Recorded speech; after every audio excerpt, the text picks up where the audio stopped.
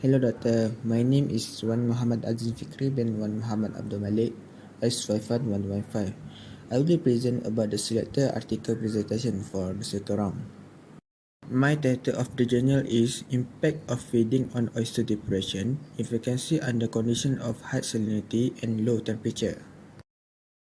For background of the journal, publisher is by Elsevier, country in USA. The journal type Aquaculture. Publish rate received in 5 July 2018, received in Revives from 5 October 2018, accepted 6 October 2018. H index 176, ISSN 00448486. Skimago Journal Ranking 1.154 and Q index is Q1. In introduction, V. parahelminthecus caused 1931 cases of food-borne Vibrio species infection. Similarly, V. vulnificus associated with serious foodborne linked to consumption of raw oyster. Apply the depression procedure to enable release of pathogen and other contaminants in filter-feeding shellfish. Depression is a standard procedure for reducing the risk of food poisoning due to Escherichia coli. The National Shellfish Sanitation Program prescribed a depression time of 44 hours for reducing V.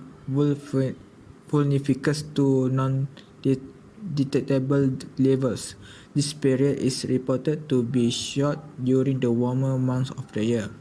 Recently, modification of the conventional depression process have shown increasing potential to improve its efficacy.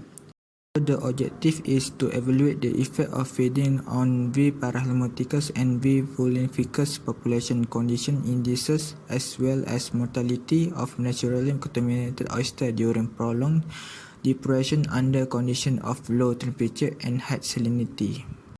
In materials and method, sample use, total of seed batch of Pacific oyster from 2 prefectures in Japan, which is Hiroshima and Oita. In the depression procedure, oysters were placed in filtered seawater for 14 days. Seawater was membrane filtered using a UF membrane. Flow through 200-liter depression tanks, which is 750 times 1500 times 215 at a flow rate of 3.5 liter per min. The flow rate, water salinity, water temperature, and contamination in source water as well as feedstock were monitored during depression at 0, 1, 2, 4, 7, and 14 days. For assessing the effect of feeding on Vibrio species population during depression, population of V. parahelminthecus and V. vulnificus in oyster were determined based on the standard 3-tube most probable number NPN procedure. For microbial analysis, 5 oysters were randomly chosen, which oyster shell content was transferred to sterile bags, forming a pool of 5 oysters.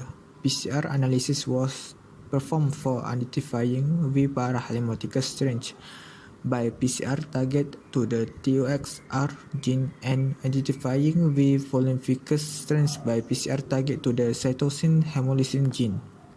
And assessing the effect of feeding on oyster index during depression, bivalve condition index was used as indicator of oyster physiology. Assessing the effect of feeding on oyster mortality during depression, survival of oyster throughout the treatment was monitored daily.